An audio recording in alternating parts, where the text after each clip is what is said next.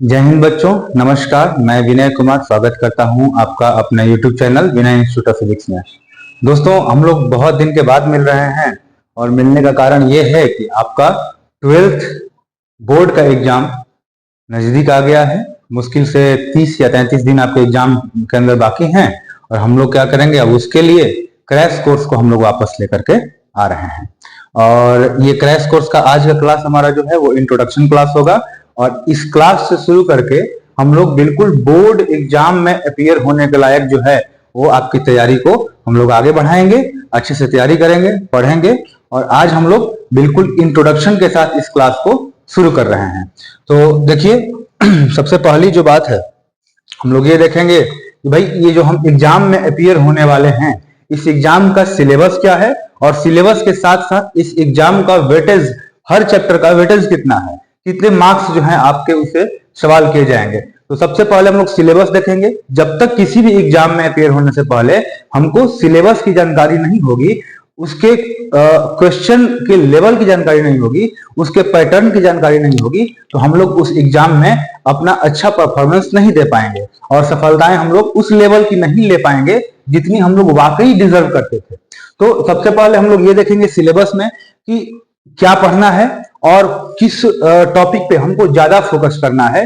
ये जो प्रिपरेशन होगा ये बिल्कुल एग्जाम ओरिएंटेड प्रिपरेशन होगा हमारा, और इस प्रिपरेशन को हम लोग बिल्कुल जीरो लेवल से शुरू करेंगे। वैसे हम उम्मीद करते हैं कि आपने पूरे सेशन कुछ पढ़ा होगा। अगर नहीं पढ़े हैं तो यहां से हम जो भी टॉपिक आपको क्लियर कराएंगे उस टॉपिक को आप बहुत अच्छे से क्लियर करेंगे। ये जो हम प्रिपरेशन करने वाले हैं, ये प्रिपरेशन हमारे स्टेट बोर्ड मतलब जो बिहार बोर्ड है उसके लिए भी है, और जो बच्चे सीबीएसई के एग्जाम में अपीयर होने वाले हैं उनके लिए भी है। इस एग्जाम में हम लोग बिहार बोर्ड में आने वाले सभी इंपॉर्टेंट क्वेश्चंस को भी देखेंगे, उनका आंसर डिस्कशन करेंगे, आंसर लिखने का तरीका क्या है हम लोग इसको भी डिस्कस करेंगे, और साथ ही साथ सीबीएसई के एग्जाम में, जो सीबीएसई अपना एग्जाम लेता है उसके एग्जाम का जो पैटर्न है हम लोग उसको भी समझेंगे और उसके क्वेश्चंस को भी प्रैक्टिस करेंगे। उसके लेवल की प्रिपरेशन को हम लोग अपना करेंगे आगे तक। अब हम सबसे पहले देखिए, सिलेबस जो है वो सबके लिए सेम है, सिलेबस किसी का बहुत अंतर नहीं है। ये है कि सीबीएसई ने पहले कुछ सिलेबस को कुछ टॉपिक्स को हटाया है। चैप्टर्स आपके लगभग वही हैं, चैप्टर्स में कहीं कोई चेंजिंग नहीं है। तो सबसे जो पहला चैप्टर है जो हमारा एनसीईआरटी है, वो एनसीईआरटी दो तरह का बुक रखता है। एक बुक जो है एनसीईआरटी में जो बुक्स हैं वो हम दो बुक्स यूज करते हैं एनसीईआरटी में। हमारा एक है बुक फर्स्ट और बुक सेकंड। बुक फर्स्ट और बुक सेकंड दोनों का वेटेज लगभग बराबर ही है। इसका मतलब ये है कि हमें दोनों बुक्स पे जो पूरे के पूरे सिलेबस हैं, जो पूरा का पूरा टॉपिक है, इसको बहुत अच्छे से हमें देखना है। अब देखिए, हम लोग अगर देखें कि भाई एनसीईआरटी में जो पहला चैप्टर दिया है, जो हमारे सिलेबस का पहले चैप्टर का नाम है electric charge and fields. Hindi medium के बच्चों के लिए भी हमने इसमें कंबाइंड कंटेंट दिया हुआ है, ताकि हिंदी मीडियम के बच्चे जो हैं हिंदी में उसको देख सकें और इंग्लिश मीडियम के बच्चे जो है उसको इंग्लिश में देख सकें। और साथ ही साथ हम जो अपने लेक्चर्स लेंगे, जो आपको अपने लेक्चर्स में मैं बताऊंगा, वो लेक्चर्स बाइलिंगुअल होगा। मतलब हिंदी हम लोग यूज करेंगे, इंग्लिश भी यूज करेंगे। लिखने का काम भी हम लोग दोनों में करेंगे, बट लिखना बहुत कम है। ये क्लास जो है आपको सिर्फ और सिर्फ ध्यान से सुनना है। जितना भी टॉपिक आपने पढ़ा है उस वही टॉपिक हम वापस क्या करने वाले हैं, यहाँ पर रिपीट करने वाले हैं, और उसी टॉपिक को एक बार यहाँ पर स्टडी करके आप अपने क्लास नोट से, बुक से, या जो भी मटेरियल आपके पास है वहां से एक बार आप क्या करें, इसको वापस रिकॉल करें। और जो प्रीवियस ईयर क्वेश्चंस हैं, जो 10 साल के, कम से कम 10 इयर्स ओल्ड, मतलब 10 साल से, आज जैसे ये हमारा 2025 तक का पेपर आपका अवेलेबल होगा, तो 2015 मिनिमम आपका होना चाहिए। 2015 से 2025 तक का मिनिमम ये 10 साल के जो पेपर्स हैं, चाहे वो आपके एनुअल जो एग्जाम है उसमें आए हो, चाहे जो सप्लीमेंट्री वाला एग्जाम होता है उसमें आए हो, दोनों के पेपर्स को आपको क्या करना है, अच्छे से इस पेपर्स को प्रैक्टिस कर लेना है, बहुत अच्छे से, है ना। कहीं पर कुछ भी इसमें छूटना नहीं चाहिए। कोई भी डाउट है उस डाउट को कहीं से भी क्लियर करिए। बहुत हद तक बिहार बोर्ड को तो मैं यहां कहता हूं कि बिहार बोर्ड जो है, बीएसीबी जो है, ये बीएसीबी अपने टॉपिक्स को बिल्कुल 60% तक रिपीट करता है, इवन न्यूमेरिकल्स डेटा तक रिपीट करता है। वहीं मैं अगर सीबीएसई की बात करूं तो सीबीएसई आपको हूबहू क्वेश्चंस रिपीट नहीं करता, बट ये टॉपिक्स को जरूर रिपीट करता है। ये आप समझिए कि जो टॉपिक्स है उस टॉपिक्स को हम लोग बिल्कुल क्लियर रखेंगे, क्योंकि टॉपिक्स आपकी रिपीट होती हैं, क्वेश्चंस जो है वो वहीं से बनेंगे, पूछने का तरीका जो है वो थोड़ा बदल सकता है। ये सीबीएसई के लिए, बिहार बोर्ड बिल्कुल तरीका भी नहीं बदलेगा, एज इट इज क्वेश्चन को उठा के कॉपी करके पेस्ट कर देता है। तो आपके लिए ये बहुत इंपॉर्टेंट है। साथ ही साथ मैं जो भी क्वेश्चंस यहां पर आपको कराने वाला हूं, उन सारे क्वेश्चंस को आप रिवाइज करते चलेंगे।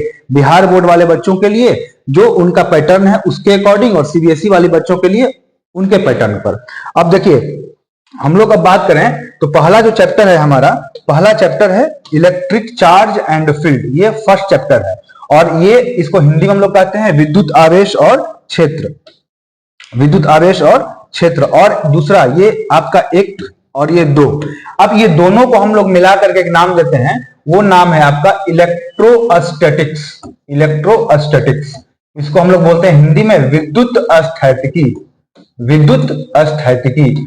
अब ये दोनों से जो क्वेश्चन आते हैं, आपको जो सवाल पूछते हैं, वो सवाल आपके बिहार बोर्ड में यहां से 6 से 8 नंबर के सवाल आएंगे, जबकि सीबीएसई में जो सवाल पूछे जाएंगे यहां से, सीबीएसई में इन 3 चैप्टर्स को कंबाइन करते हैं, इलेक्ट्रोस्टेट को भी करते हैं और इलेक्ट्रिक करंट को भी करते हैं। और यहां से देखा गया है कि प्रीवियस ईयर्स क्वेश्चन में जो आपके क्वेश्चन यहां पर पूछे गए हैं वो 16 मार्क्स के क्वेश्चन पूछे गए हैं। 16 मार्क्स के टोटल क्वेश्चन इस 3 टॉपिक से सीबीएसई में आए हैं, जबकि बिहार बोर्ड में यहां पर देखा जाए तो 6 से 8 नंबर के क्वेश्चन है, और दूसरा इलेक्ट्रिक करंट सिंगल इस चैप्टर से 7 से 9 नंबर के क्वेश्चन है। तो अगर हम लोग देखें तो 13 से 17 के बीच में, मतलब अप्रॉक्स यही रेशियो यहां भी लिया जा रहा है। और ये बस सीबीएसई में अंतर है कि इसको और इसको मिला के लिया जा रहा है, और बिहार बोर्ड में जो है इसको मिला दिया जा रहा है, इसको थोड़ा अलग कर दिया जा रहा है। अब हम लोग आते हैं इसमें, तो जैसे ये है magnetic effect of current, magnetism और इलेक्ट्रोमैग्नेटिक इंडक्शन।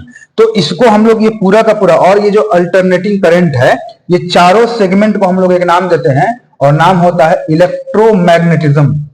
इलेक्ट्रोमैग्नेटिज्म, और ये इलेक्ट्रोमैग्नेटिज्म जो यूनिट है, यहां से सीबीएसई बोर्ड जो है इस 17 मार्क्स का क्वेश्चन किया हुआ है ना। और बिहार बोर्ड जो है इन 2 चैप्टर से, मैग्नेटिक इफेक्ट ऑफ करंट से और मैग्नेटिज्म से, मतलब विद्युत धारा का चुंबकीय प्रभाव से और चुंबकत्व से 6 से 8 नंबर के क्वेश्चन किए हैं, और विद्युत चुंबकीय प्रेरण और प्रत्यावर्ती धारा से, इलेक्ट्रोमैग्नेटिक इंडक्शन और अल्टरनेटिंग करंट से 8 से 10 नंबर के क्वेश्चन किए हैं। रेशियो दोनों का लगभग सेम है, एक आध मार्क्स इधर उधर हो सकता है। फिर हम लोग अगर देखें आगे, तो हमारा आगे जो सिलेबस है वो है इलेक्ट्रोमैग्नेटिक वेव। और आप ऐसा मान के चलिए कि यहीं से आकर के आपका जो है वो बुक 2 शुरू होता है, सेकंड बुक शुरू होता है, और यहां पर इलेक्ट्रोमैग्नेटिक वेव है। इससे ज्यादा क्वेश्चन बिहार बोर्ड में नहीं है, 2 से 3 नंबर का क्वेश्चन इससे पूछा गया है, कभी कभी इससे भी कम पूछा जाता है। और यहां पर अगला जो चैप्टर है हमारा रे ऑप्टिक्स है, वेव ऑप्टिक्स है, किरण प्रकाशिकी, तरंग प्रकाश की, बिहार बोर्ड का सबसे फेवरेट चैप्टर। यहीं से बिहार बोर्ड सबसे ज्यादा क्वेश्चन करता है, किरण प्रकाशिकी से और तरंग प्रकाशिकी से, रे ऑप्टिक्स से और वेव ऑप्टिक्स से। यहां दिखाया जा रहा है 12 से 14 नंबर का क्वेश्चन कर रहा है बिहार बोर्ड, बट ऐसा नहीं है।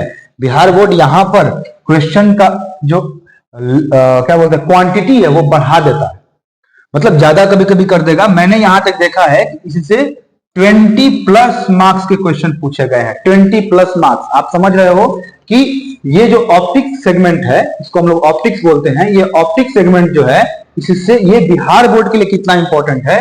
और सीबीएसई में देखें तो सीबीएसई के लिए भी कम इंपॉर्टेंट नहीं रखता है। ये तीनों मिलाकर के, इलेक्ट्रोमैग्नेटिक वेव, रे ऑप्टिक्स और वेव ऑप्टिक्स, तीनों को मिलाकर 18 मार्क्स के क्वेश्चन सीबीएसई ने अपने सिलेबस में दिया है कि भाई हम पूछेंगे। ऐसा नहीं है कि 18 ही पूछेगा, इससे 1-2 नंबर आगे भी जा सकता है, 1-2 नंबर पीछे भी जा सकता है। अब हम लोग आते हैं नेक्स्ट सेगमेंट पे।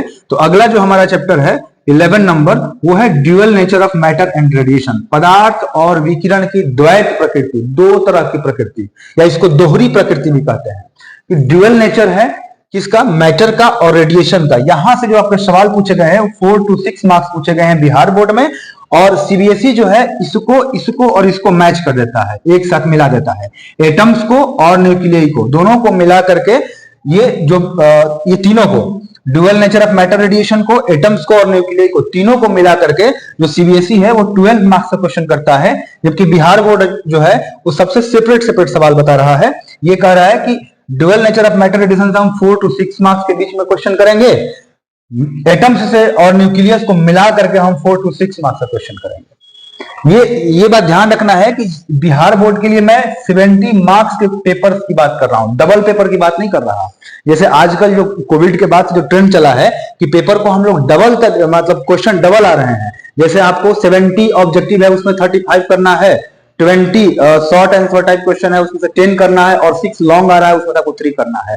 मैं उसकी बात नहीं कर रहा, मैं उस ट्रेंड की बात कर रहा हूं। आउट ऑफ 70 आप समझ सकते हो, जब ये 140 का क्वेश्चन पूछेगा आपसे तो जाहिर सी बात है कि ये सारे क्या हो जाएंगे, डबल। तो बिहार बोर्ड के बच्चों को फायदा ये है कि वो उनको यहाँ पर बेटर ऑप्शन मिलता है। अगर वो एक आध चैप्टर छोड़ भी देते हैं तो उससे उनको टेंशन नहीं है, बाकी जगह से वो क्या कर सकते हैं, उसको उठा सकते हैं। बट सीबीएसई वालों के पास ये ऑप्शन नहीं है भैया, जो आपको दिया गया है उस टॉपिक से उतने ही क्वेश्चन आपसे पूछे जाएंगे, एक आध नंबर इधर या उधर।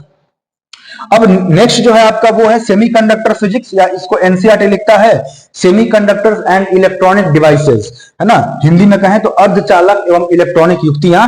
इससे बिहार बोर्ड सेपरेटली आपका 8 से 10 नंबर का सवाल करता है, पूछेगा ही पूछेगा 8-10 नंबर का, बहुत इंपॉर्टेंट चैप्टर है। सीबीएसई में यहां से 7 मार्क्स के क्वेश्चन आपके सीबीएसई पूछता है।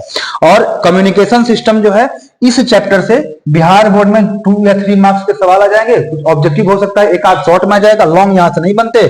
सीबीएसई में यहां से सवाल आपके नहीं किए जाते हैं, सीबीएसई ने सिलेबस से इस चैप्टर को हटा दिया है। तो ये रहा आपका सिलेबस का इंट्रोडक्शन। और यही सिलेबस हमको पढ़ करके इसको अच्छे से इसका प्रिपरेशन करके हम लोग को एग्जाम में अपीयर होना है, और अपने मन मुताबिक अपने मेहनत के अकॉर्डिंग हमें रिजल्ट लेकर के आना है। अब देखते हैं कि क्वेश्चन पेपर जो पूछा जाता है, क्वेश्चन पेपर का पैटर्न क्या होता है, बिहार बोर्ड के क्वेश्चन पेपर का पैटर्न क्या है और सीबीएसई बोर्ड के क्वेश्चन का पैटर्न क्या है। तो यहां पर हम ये देख रहे हैं कि क्वेश्चन पेपर अगर हम बिहार बोर्ड के लिए देखें तो इसके अकॉर्डिंग जो 2026 में जो आपका पेपर मिलने वाला है आपको, उस पेपर में किस तरह से क्वेश्चंस को अरेंज किया जाएगा हम लोग एक बार उस पर देखते हैं। तो कहा गया कि देखिए सबसे पहले ऑब्जेक्टिव क्वेश्चन पूछे जाएंगे। ऑब्जेक्टिव क्वेश्चन में हर क्वेश्चन के लिए 1 मार्क्स आपको अलॉट किया जाएगा।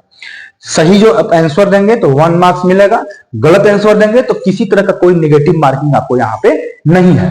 अब ऐसे क्वेश्चन का टोटल नंबर कितना हो जाएगा, 70 का 70 आपको अटेम्प्ट नहीं करना है ना। आपको कितने क्वेश्चन करने हैं, उसमें से 35 करने हैं अकॉर्डिंग टू योर चॉइस। उस 70 में से आपको कोई भी 35 क्वेश्चन अटेम्प्ट कर देने हैं। ज्यादा करिएगा तो ऐसा नहीं है कि आपको 35 से ज्यादा मार्क्स आपको मिल जाए, ठीक है। सही करना है, जिस टॉपिक से आपको अच्छे से समझ में आ रहा है उसी टॉपिक से आप क्वेश्चन को अटेम्प्ट करिए। फिर कहा गया कि शॉर्ट आंसर टाइप क्वेश्चन है, जिस हर एक शॉर्ट आंसर के लिए आपको 2 मार्क्स अलॉट किए जाएंगे। अभी मैं बताऊंगा कि पूरा का पूरा मार्क्स हम लोग कैसे ले आते हैं। आज का हमारा जो क्लास है ये सिर्फ और सिर्फ इंट्रोडक्शन क्लास है। आज सिलेबस का कोई भी टॉपिक हम सिलेबस शुरू नहीं करने वाले हैं, सिलेबस हम लोग अगले क्लास से शुरू करने वाले हैं। आज समझना यह है कि आंसर कैसे लिखेंगे, सिलेबस क्या है, क्वेश्चन कैसा है और क्या नहीं करना है हमारे एग्जाम के आंसर को लिखने टाइम में, ठीक है। तो कहा गया कि टोटल क्वेश्चन कितने रहेंगे, 20 रहेंगे, लेकिन आपको कितना अटेम्प्ट करना है, कोई भी 10 क्वेश्चन आप अटेम्प्ट करेंगे। जो आपका मन करे उस 20 में से वो 10 क्वेश्चन आप क्या करेंगे, अटेम्प्ट करेंगे।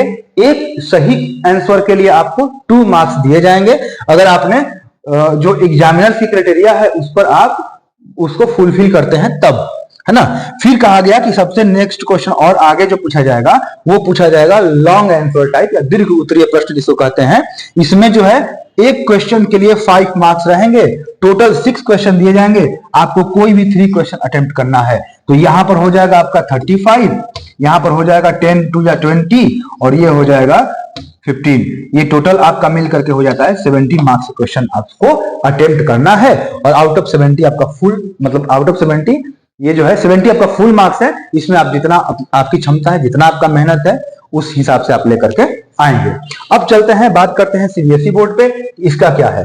सीबीएसई बोर्ड कहता है कि देखो भाई हमारा पैटर्न थोड़ा अलग है, और सीबीएसई के जो क्वेश्चंस हैं मैंने पर्सनली ऑब्जर्व किया है कि बिहार बोर्ड से सीबीएसई का लेवल अच्छा है, ज्यादा है, और होना भी चाहिए। क्योंकि स्टूडेंट्स को जब डिग्री मिलती है या जब कोई भी सर्टिफिकेट मिलता है तो वो खैरात नहीं होना चाहिए। सर्टिफिकेट उसके मेहनत के दम पे मिलना चाहिए। घोड़े के रेस में गधे नहीं दौड़े, गधे जब दौड़ेंगे तो रेस का मजा खराब हो जाएगा। और होता भी है। तो पैटर्न बिल्कुल बेहतरीन होना चाहिए, टफ होना चाहिए, इसमें कोई मतलब गुंजाइश नहीं होनी चाहिए। तो सीबीएसई में जो पेपर बनता है 70 मार्क्स का पेपर आपको यहां पर भी है। यहां पर आपको 5 सेक्शन दिए गए हैं, A B C D E. Section A में एमसीक्यू और एसर्शन रीजन टाइप का क्वेश्चन रहेगा। एमसीक्यू वही ऑब्जेक्टिव टाइप के, जहां पर आपको ऑप्शन लगाने हैं।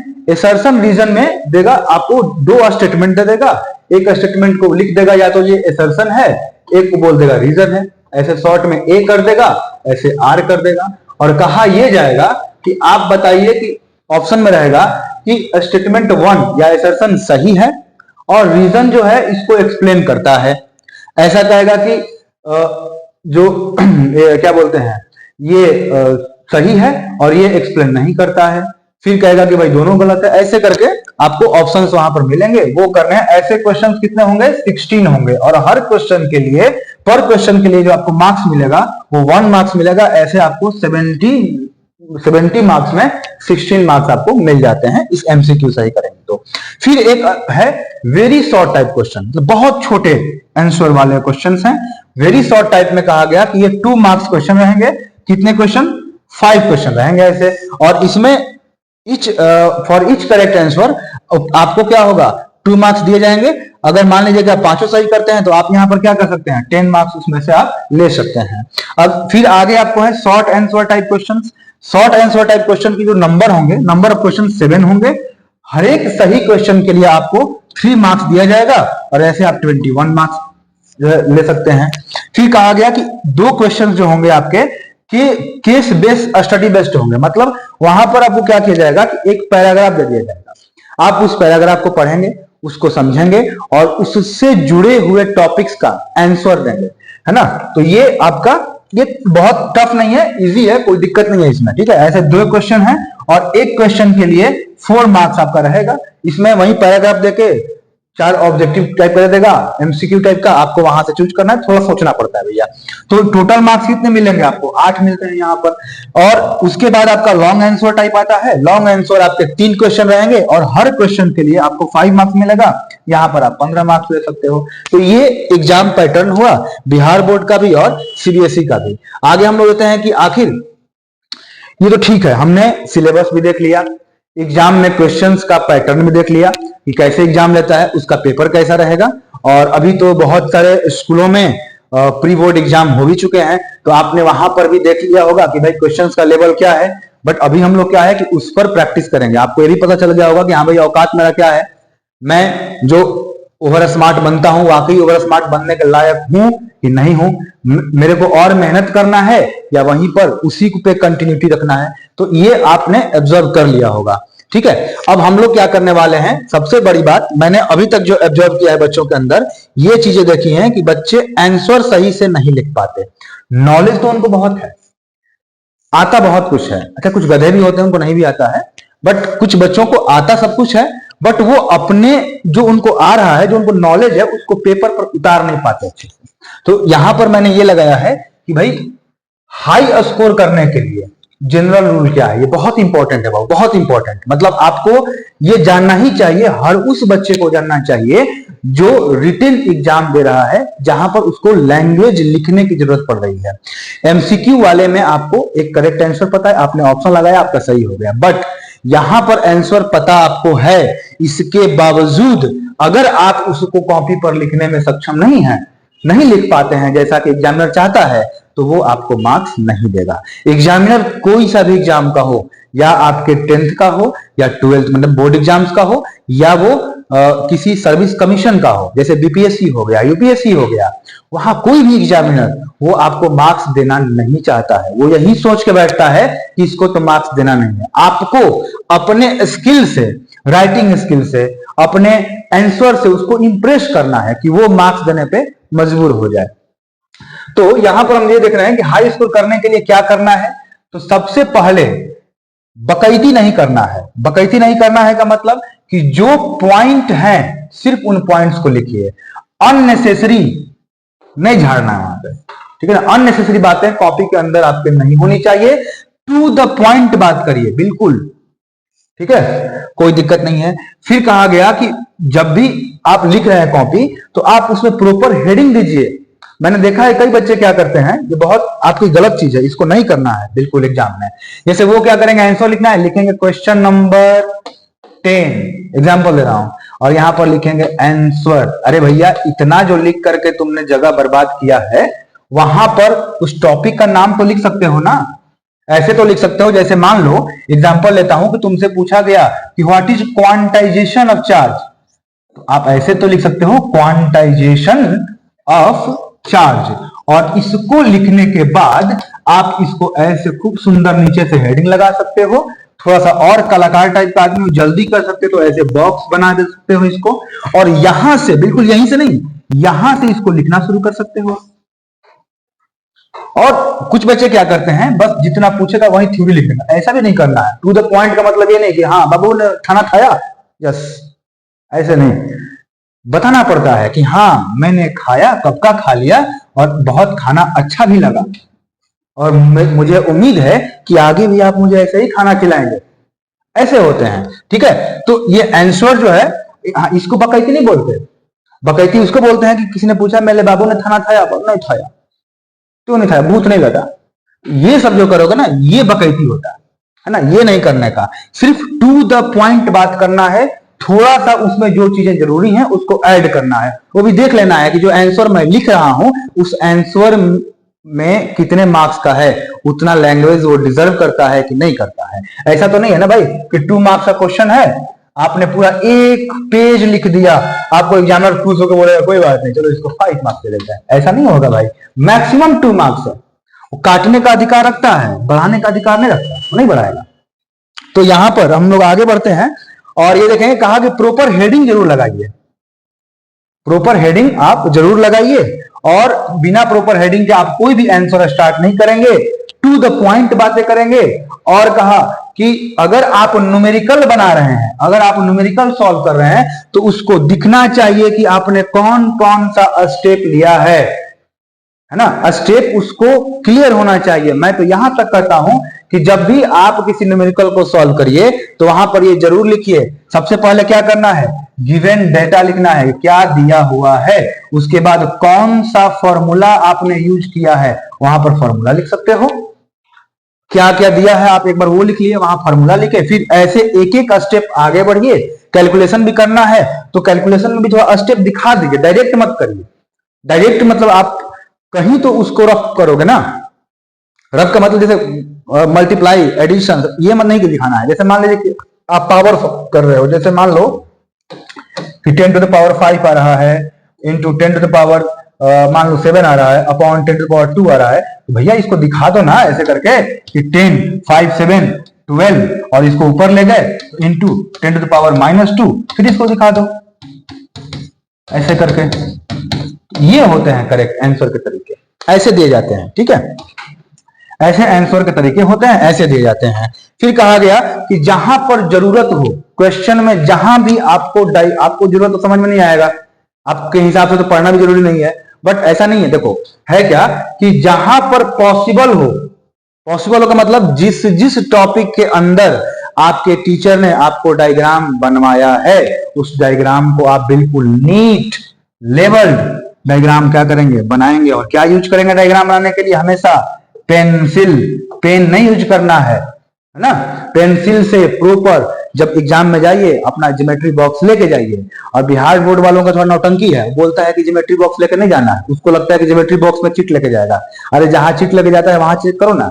तो अगर वो ऐसा मना करता है तो एक स्केल तो अलाउ करेगा, पेंसिल तो अलाउ करेगा, इरेजर और शार्पनर इसको मुट्ठी में ले लो, लेके चले जाओ।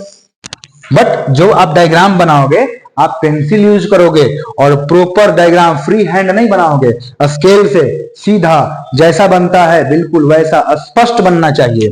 फिर कहा गया कि जो भी की टर्म्स हैं, जैसे हम लोग जब आंसर लिखते हैं तो की टर्म्स आते हैं। जैसे मान लीजिए कि हम लोग कुछ भी लिख रहे हैं, मैं अब ऐसे आपको क्या ही बताऊं, चलो ठीक है। जैसे आपको दे दिया गया इलेक्ट्रिक चार्ज, इलेक्ट्रिक चार्ज पूछा गया क्या है, या 3 प्रॉपर्टीज ऑफ इलेक्ट्रिक चार्ज बताइए। आप लिखते चले गए तीनों प्रॉपर्टी उसका, कौन कौन सा, additivity of charge, quantization of charge और कंजर्वेशन ऑफ चार्ज।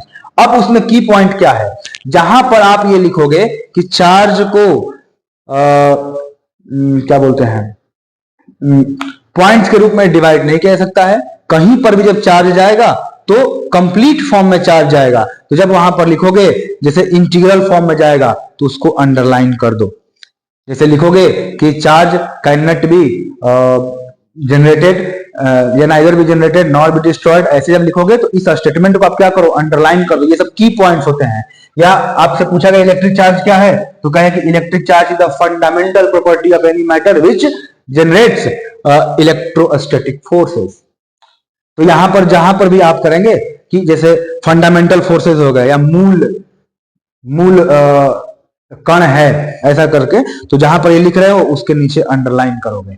वो सब की पॉइंट्स होते हैं, उस पर एग्जामिनर्स का नजर जाता है। और जब नजर जाएगा तो तुरंत तो क्या करेगा, आपके पूरे आंसर को उतने में ही समराइज करेगा और वहीं पर आपको आगे बढ़ जाएगा आंसर मार्क्स दे करके। ठीक है, तो कहा गया की टर्म्स को आप अंडरलाइन करिए। फाइनल आंसर जो आता है, जैसे न्यूमेरिकल मान लीजिए आपने सॉल्व किया, फाइनल आंसर आया, जैसे कुछ भी आप किए, फाइनल आंसर मान लेता हूं मैं आपका आ गया जैसे 160 न्यूटन। तो यहां पर जैसे F is equal to 160 newton, इसको ऐसे पकड़िए, इसको अंडरलाइन करिए नीचे। ये आंसर लिखने के तरीके होते हैं। फिर आपसे ये कहा गया कि भाई लैंग्वेज का ऐसा यूज करना है, तो लैंग्वेज आपको ऐसा नहीं है कि HC हार्डविक का बुक उठा करके यूज कर दिया उसका लैंग्वेज, वो फिर दिक्कत हो जाएगा भाई। जैसे शशि थरूर नहीं बनना है एग्जाम में। ठीक है, एग्जाम में क्या बनना है, एग्जाम में कपिल शर्मा भी नहीं बनना है। एग्जाम में बिल्कुल आपको नॉर्मल वैसा लैंग्वेज यूज करना है जो हर किसी को समझ में आ जाए, जो एग्जामिनर को आसानी से समझ में आ जाए। उसको डिक्शनरी लेकर ना बैठना पड़ेगा कॉपी चेक करने के लिए, तो फिर दिक्कत हो जाएगा। तो कहा कि सिंपल लैंग्वेज यूज करिए, चाहे इंग्लिश में भी चाहे हिंदी में, किसी में भी लिख रहे हो तो आप बिल्कुल सिंपल साधारण लैंग्वेज, बिल्कुल भाषा, ऐसा भाषा कि उसको ये लगे इस बच्चे ने खुद से बनाया है, कहीं से रट करके, है ना, हाई लेवल बुक से, जैसे हेरिडे रेसलिंग से रट के चले गए, हाई रोडो से रट के चले गए, तो वो लेवल वहां नहीं चलेगा। वो आप वहां पर लिखोगे, एग्जामिनर को अगर वहां उसको समझने में जरा सा दिक्कत हुआ तो वो आपके लिए रुकेगा नहीं, आपके लिए डिक्शनरी नहीं खोलेगा, काट के आगे बढ़ जाएगा। तो भैया ऐसा है कि बहुत सिंपल सा लैंग्वेज यूज करना है, चाहे आप इंग्लिश मीडियम से एग्जाम दे रहे हो, चाहे आप हिंदी मीडियम से एग्जाम दे रहे हो। तो ये एक पॉइंट हो गई। और है कि भाई अच्छा 1 मार्क्स क्वेश्चन है, इनके लिए क्या करना है, तो 1 मार्क्स क्वेश्चन तो 1 लाइनर क्वेश्चन होते हैं। जैसे मान लीजिए कि सीबीएसई बोर्ड में व्हाट विच ऐसे करके आ गया, तो 1 लाइनर है, चुपचाप एक लाइन लिख के 1 वर्ड लिख करके आगे बढ़ जाए। जैसे कहा गया कि मान लीजिए कि ये 1 मार्क्स क्वेश्चन तो नहीं है, या ऐसे कहा दे कि व्हाट इज इलेक्ट्रिक चार्ज, तो this is the fundamental property of matter, बात खत्म।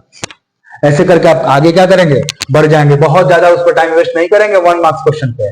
2 मार्क्स क्वेश्चन है, उसमें हमको कैसे लिखना होता है, तो 2 मार्क्स क्वेश्चन में सबसे पहले हम क्या करेंगे, सबसे पहले हम डिफिनीशन लिखेंगे, परिभाषा लिखेंगे उसका क्या है, और अगर एक्सप्लेनेशन करना पड़े, उसका वर्णन करना पड़े, तो वर्णन जो करेंगे 2 से 3 लाइन मेन पॉइंट कह के आगे बढ़ जाएंगे।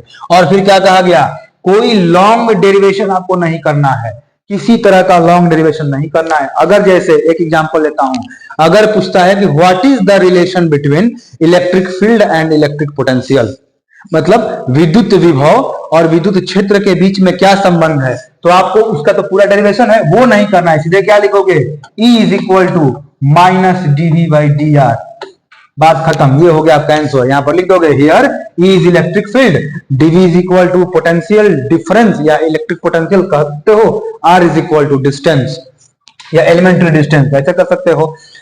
1 की पॉइंट आप दे सकते हो, बहुत छोटू सा एग्जांपल दे सकते हो, है ना, छोटा। जैसे मान लो कि कहा गया कि what is an active satellite, active satellite क्या है, तो सैटेलाइट आपको पता ही होगा कि सैटेलाइट क्या होता है। सैटेलाइट का मतलब क्या है कि भैया सैटेलाइट जो है वो इलेक्ट्रॉनिक डिवाइसेज से मिला करके बनाया गया एक इंस्ट्रूमेंट है जो सिग्नल को रिसीव करता है, एम्पलीफाई करता है और वापस रीट्रांसमिट करता है बैक टू द अर्थ।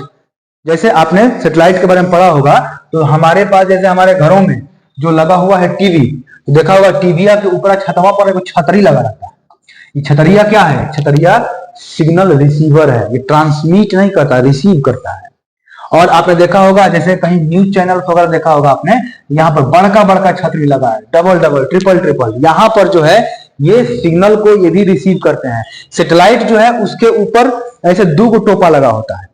एक क्या करेगा, एक जो है सिग्नल को रिसीव करेगा, फिर अपने अंदर उसको एम्पलीफाई करेगा और फिर दूसरे वाले से क्या करेगा, उसको वापस भेजेगा अर्थ पे, और जो उसका टावर है उसको क्या करने वाला है, रिसीव करने वाला है। जितने भी न्यूज चैनल और फिर आपका जो सिनेमा हॉल्स में आजकल पिक्चर्स चल रहे हैं, ये सभी के सभी उसी टेक्नोलॉजी पर क्या हो रहे हैं, चल रहे हैं। अब देखिए आगे है कि अगर 3 मार्क्स क्वेश्चन रहेगा तो इसको हम कैसे सॉल्व करेंगे। तो 3 मार्क्स क्वेश्चन में शॉर्ट एक्सप्लेनेशन देना होता है। मतलब ऐसा नहीं है कि उसमें आपको एक्सप्लेन ऐसे नहीं करना है, एक्सप्लेनेशन करना है लेकिन थोड़ा छोटा ही रखना है, बहुत बड़ा नहीं रखना है। अब इसको क्या करिए, मेन पॉइंट लिखिए, जो मेन डिफिनेशन वगैरह है, उसके बाद कुछ उससे जुड़ा हुआ पॉइंट लिख दीजिए। अगर उसमें डेरिवेशन है तो थोड़ा सा आप क्या करेंगे, उसमें स्मॉल डेरिवेशन भी जो है वो आप कर देंगे। और क्या है, अगर फॉर्मेट जो है वो फॉर्मेट बहुत बेस्ट रखिए, मतलब डिफिनेशन रखिए, 2 से 3 पॉइंट रखिए या फॉर्मूला रखिए और फॉर्मूला को थोड़ा सा एक्सप्लेन कर दीजिए कि यहाँ पर कौन क्या है। ठीक है, जैसे एग्जांपल में देखा जाए तो कहा गया व्हाट इज फ्रीक्वेंसी मॉड्यूलेशन, ये कम्युनिकेशन सिस्टम का सवाल है। तो कहा गया कि फ्रीक्वेंसी मॉड्यूलेशन, जिसको हम लोग एफएम कहते हैं, आपने सुना होगा रेडियो मिर्ची है ना, 98.3 एफएम। तो वो रेडियो मिर्ची क्या हो गया, एफएम जहां कहा गया वो क्या है, वो है फ्रीक्वेंसी मॉड्यूलेशन। तो वहां पर रेडियो पर आप क्या करते हो, जैसे आप पता नहीं आप लोग रेडियो यूज किए हो कि नहीं, जैसे पहले रेडियो आता था तो उस पर ना एक ऐसे गोल सा रहता था बटन, उसको घुमाते थे, घुमा करके उसके फ्रीक्वेंसी पर हम लोग क्या करते थे, मिलाते थे। और वहां पर जैसे जाएंगे तो रेडियो मिर्ची आएगा या बोलेगा ये आकाशवाणी का विविध भारती केंद्र है, ऐसे विविध भारती का कुछ कुछ करके अपना तो ऐसे बोलता था। तो हर फ्रीक्वेंसी पर अलग अलग चैनल पकड़ता था। तो कहा गया कि frequency modulation is a process in which the frequency of carrier wave varies according to the amplitude of modulation signal, है ना। जो सिग्नल है उसके मॉड्यूलेशन या उसके एम्पलीट्यूड के अकॉर्डिंग वो क्या करता है, वेव को कैरी करता है, वही फ्रीक्वेंसी को कैरी करता है, वही क्या है, फ्रीक्वेंसी मॉड्यूलेशन है। जैसे आप देखे होंगे, जैसे हर क्या बोलते हैं, कैरियर का जो एम्पलीट्यूड है वो कांस्टेंट होता है। जैसे आपने, मतलब मेरे को भी उतना याद नहीं आ रहा है, रेडियो मिर्ची का 98.3 एफएम है, ये याद है मेरे को, और आई थिंक विविध भारती का 101.108 पॉइंट समथिंग पकड़ता था। अब जो भी है, अब तो रेडियो कोई देखता नहीं है। तो देखिए यहाँ कहा गया कि FM is used for in radio broadcasting for better sound quality. तो ये सब चीजें हैं। ऐसे हम लोग क्या करेंगे, 3 मार्क्स क्वेश्चन को अटेम्प्ट करेंगे। नेक्स्ट है हमारा 5 मार्क्स क्वेश्चन। अच्छा, 3 मार्क्स क्वेश्चन बिहार बोर्ड में नहीं आते, ये सीबीएसई वालों के लिए स्पेशल पॉइंट है ना। 5 मार्क्स क्वेश्चन में देखें तो 5 मार्क्स क्वेश्चन क्या करता है, ये लॉन्ग होते हैं, ये मोस्ट इंपॉर्टेंट है। ये 3 क्वेश्चन आप अटेम्प्ट करोगे और वहां से 15 मार्क्स आप स्कोर करोगे। तो जाहिर सी बात है कि क्वेश्चन इंपॉर्टेंट है। अगर अटेम्प्ट किया हमने, अच्छे से अटेम्प्ट किया इसको, तो ये काफी हमको स्कोर करा सकते हैं, हमारे मार्क्स का रूपरेखा बदल सकते हैं। कहा गया कि इसमें क्या किया जाता है, स्टेप वाइज काम करना है और स्ट्रक्चर्ड वे में काम करना है। मतलब हर चीज स्टेप बाय स्टेप चलना है। लॉन्ग आंसर होते हैं और उन आंसर का स्ट्रक्चर, जैसे मान लीजिए आपसे पूछा गया व्हाट इज न्यूक्लियर रिएक्टर, नाभिकीय रिएक्टर क्या है, व्हाट इज न्यूक्लियर रिएक्टर, नाभिकीय रिएक्टर क्या है, तो कह देगा कि इसको एक्सप्लेन करिए या समझाइए या इस पर प्रकाश डालिए, ऐसे कुछ कह देगा। तो अब आप क्या करोगे, सबसे पहले ये बताओगे, स्टेप इसका पहला है कि नाभिकीय रिएक्टर को डिफाइन करिए। ये इसका स्टेप है। स्ट्रक्चर क्या है, पहले उसको डिफाइन करना है, फिर उसका कंस्ट्रक्शन, उसका प्रिंसिपल लिखना है, फिर उसका कंस्ट्रक्शन लिखना है, कंस्ट्रक्शन के साथ ही डायग्राम बनाना है, फिर उसका वर्किंग लिखना है, फिर एडवांटेज लिखेंगे, फिर डिसएडवांटेज लिखेंगे। फिर ये भी, अगर हमारे पास समय हो, हमको जानकारी हो, तो हम ये भी लिख देंगे कि फिलहाल में, लेटेस्ट में, रिसेंट में कहां न्यूक्लियर रिएक्टर लगा है, खास करके हमारे इंडिया में, हमारे बिहार में, हमारे यूपी में, जो भी आपका स्टेट है उससे रिलेटेड जो भी लेटेस्ट लगा हुआ है वो भी कर दीजिए, जो पूरे नेशनल लेवल पर लगा है उसको एक्सप्लेन कर दीजिए, बस एग्जामिनर खुश है ना। और डायग्राम आपको पता ही है कि एकदम स्पष्ट बनाना है। जैसे देखिए कहा गया कि भाई आइडियल फॉर्मेट क्या है, डिफिनीशन या स्टेटमेंट देंगे, एक्सप्लेनेशन देंगे। एक्सप्लेनेशन का मतलब क्या है कि कंस्ट्रक्शन भी दे सकते हैं, अगर है इंस्ट्रूमेंट या किसी स्ट्रक्चर की बात की जा रही हो तो इसका वर्किंग भी देंगे, ठीक है। फिर क्या है भाई, डायग्राम देंगे। अगर उसका प्रिंसिपल लिख रहे हैं तो उसका क्या हो जाएगा, डेरिवेशन भी होगा, वर्किंग का डेरिवेशन हो सकता है, वो करना होगा। फाइनल रिजल्ट, अगर न्यूमेरिकल है या डेरिवेशन है तो उसका फाइनल रिजल्ट, जो भी फाइनल रिजल्ट है, जैसे मान लीजिए कि हमने कूलम्ब्स लॉ किया तो आया 1/4 pi epsilon not Q1 Q2 upon R square. ये लिख करके ऐसे इसको नंगा पुंगा नहीं छोड़ देना है भैया, इसको क्या करना है, इसको आप ऐसे अंडरलाइन कर दोगे, बॉक्स में बंद कर दोगे, तो पूरे डेरिवेशन के बाद एग्जामिनर का नजर सीधे क्या होगा, डेरिवेशन पे कम, इस बॉक्स पे ज्यादा जाएगा, देखेगा कि बॉक्स पर इसने क्या किया है, रिजल्ट दिया हुआ है, तो ऊपर थोड़ा सा मिलाएगा, हाँ स्टेप सही क्या, वो आपको क्या करेगा, फुल मार्क्स देके आगे बढ़ जाएगा। ठीक है, फिर जैसे एग्जांपल आपको दिया गया डेरिवेशन टाइप है, जैसे कहा गया कि derive the expression for electric field intensity due to an electric dipole. अब इस थ्योरी को एक्सप्लेन करने के लिए आपको क्या करना पड़ेगा कि सबसे पहले तो डायग्राम बनाना पड़ेगा, फिर आपने क्या क्या किया है वहां पर उसको वहां एक्सप्लेन करना पड़ेगा, फिर आप डेरिवेशन स्टार्ट करेंगे, एक एक स्टेप करके आगे बढ़ेंगे और लास्ट में एक कंक्लूजन पे पहुंचेंगे, और वो जो कंक्लूजन आपको मिल रहा है उसको बॉक्स में बंद कर देंगे, एक आध पॉइंट मन में आएगा तो और लिख देंगे। ठीक है, तो ये हो गया। अब ऐसा कोई जरूरी नहीं है कि आपसे डेरिवेशन की ही बात की जाए या आपसे थ्योरी ही पूछा जाए, हो सकता है कि लॉन्ग हो या शॉर्ट हो, उसमें न्यूमेरिकल्स आने के भी तो चांस हैं, क्योंकि वैसे ही कहा गया है कि अगर आप फिजिक्स या केमिस्ट्री पढ़ रहे हो और आपको न्यूमेरिकल सॉल्व करना नहीं आता है, तो इसका मतलब ये हो गया, इसका मतलब ये हो गया कि भैया आपकी तैयारी जो है वो कंप्लीट नहीं है। न्यूमेरिकल आपको आना चाहिए। शुरुआत कैसे होता है, शुरुआत बिल्कुल ऑब्जेक्टिव लेवल पे कीजिए, बहुत छोटे छोटे न्यूमेरिकल रखिए, कॉन्फिडेंस आता है, जब वो बनने लगेगा तो आपके अंदर कॉन्फिडेंस आएगा, आपको लगा रही मैं भी सॉल्व कर सकता हूं, फिर थोड़ा सा उसमें लेवल बढ़ाइए, फिर थोड़ा सा लेवल बढ़ाइए, और मैं तो यहां तक कहता हूं कि पहले आप एनसीईआरटी के न्यूमेरिकल सॉल्व नहीं करिए, शुरुआत इससे नहीं करना है। हालांकि क्रैश कोर्स में ये बातें कहने का तो मतलब नहीं है, क्योंकि आपके पास समय कम है, मुश्किल से आपके पास 1 मंथ और 5-6 दिन का समय है, तो आपके लिए अब इतना नहीं है कि आप एक एक अलग अलग बुक से बनाएं, बिल्कुल नहीं, बिल्कुल भी नहीं यूज करना है, ये गलती नहीं करना है। अभी मैं बताने वाला हूं कि कौन कौन सा मिस्टेक आपको नहीं करना है आंसर लिखने में, कौन कौन सा मिस्टेक नहीं करना है प्रिपरेशन करने में, मैं सारी चीजें आपसे एक्सप्लेन करने वाला हूं। तो कहा गया कि जब भी आपको न्यूमेरिकल मिले, न्यूमेरिकल्स बहुत स्कोरिंग होते हैं बाबू, बहुत स्कोरिंग, अगर 5 मार्क्स का न्यूमेरिकल है तो सीधे आप आंसर ले आओगे, आपको 5 मार्क्स मिलेगा सॉल्व करके, कोई से कोई भी नहीं काटेगा। थ्योरी में डायग्राम में आपका मार्क्स कट सकता है, थ्योरी में के कंटेंट में आपको कुछ कमी होगा तो आपका डायग्राम मार्क्स जो है कट सकता है, बट यहाँ पर ना कंटेंट से कोई मतलब नहीं है, आपको क्वेश्चन दिया गया, वहां से गिवन डेटा निकालिए, क्या फाइंड करना है ये निकालिए, उसके बाद फॉर्मूला यूज करिए, कैलकुलेशन करिए, फाइनल आंसर और यूनिट के साथ। जैसे एग्जांपल लेते हैं, बहुत छोटा सा एग्जांपल लिया क्योंकि समय कम है।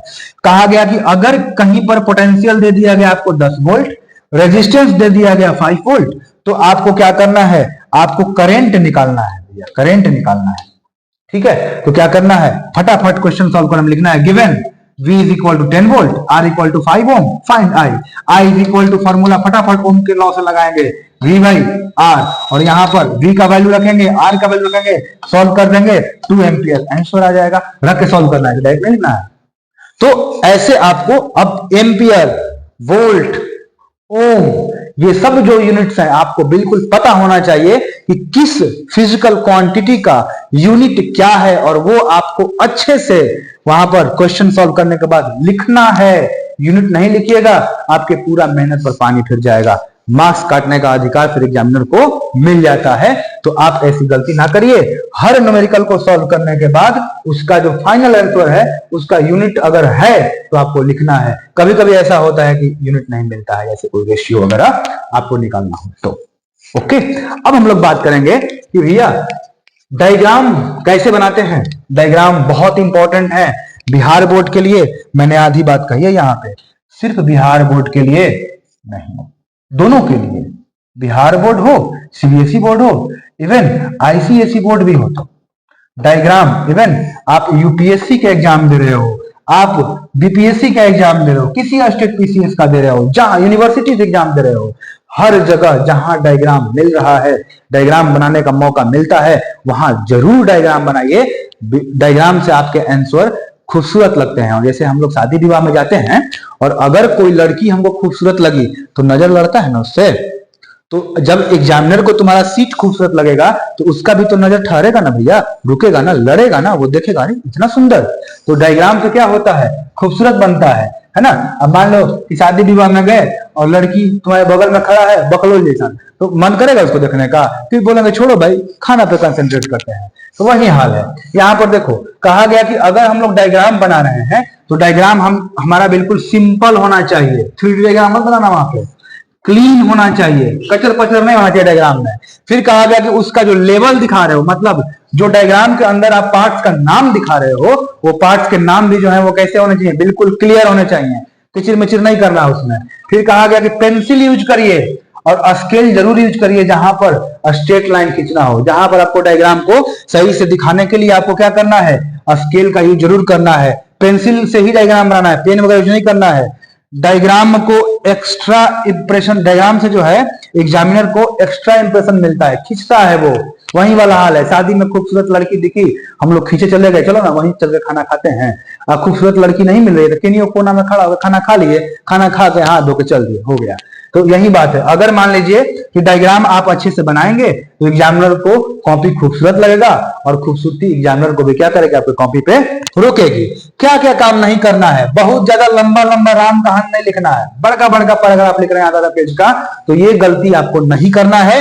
ये करोगे एग्जामिनर इरिटेट हो जाएगा। जैसे आपसे कोई बात करे, टू द पॉइंट बात करे, ज्यादा अच्छा लगता है। पूरा आपसे एकदम भूमिका बनाए कि हाँ हम यहाँ गए थे ना, तो ये व्यक्ति मिला था ना, तो ऐसे ऐसे कहा था ना, तो आप इरिटेट हो जाओगे, बोलोगे भाई पॉइंट पे आओ ना। एग्जामिनर भी वही कहता है, ज्यादा भूमिका नहीं बनाना है, काम की बात। कोई पूछे ओम्स लॉ क्या है, तो कहोगे ओम जो है ना वो यूरोप के किसी देश में रहते थे, वहां पर उन्होंने एक्सपेरिमेंट किया, एक्सपेरिमेंट करके उनको कुछ दिखा तो उन्होंने ये नियम निकाला, अब ये नियम दे दिया। अरे भैया इतना बकैती काहे करना है, एग्जामिनर वो सब सुनने के लिए बैठा है, उसको टू द पॉइंट बात करना है। और फॉर्मूलाज जो भी मिलते हैं, जैसा स्टेटमेंट लिख दिया उसके साथ रिलेशन बनता है, उस रिलेशन को बिल्कुल लिखना है, छोड़ना नहीं है। छोड़ोगे तो काम गड़बड़ा जाएगा, ठीक है। और कहा गया कि जैसे है कि स्टेप न्यूमेरिकल्स में विदाउट स्टेप चलना, नो स्टेप्स यूज करना बिल्कुल नहीं करना है। न्यूमेरिकल ही बनाना है तो स्टेप बाय स्टेप चलिए,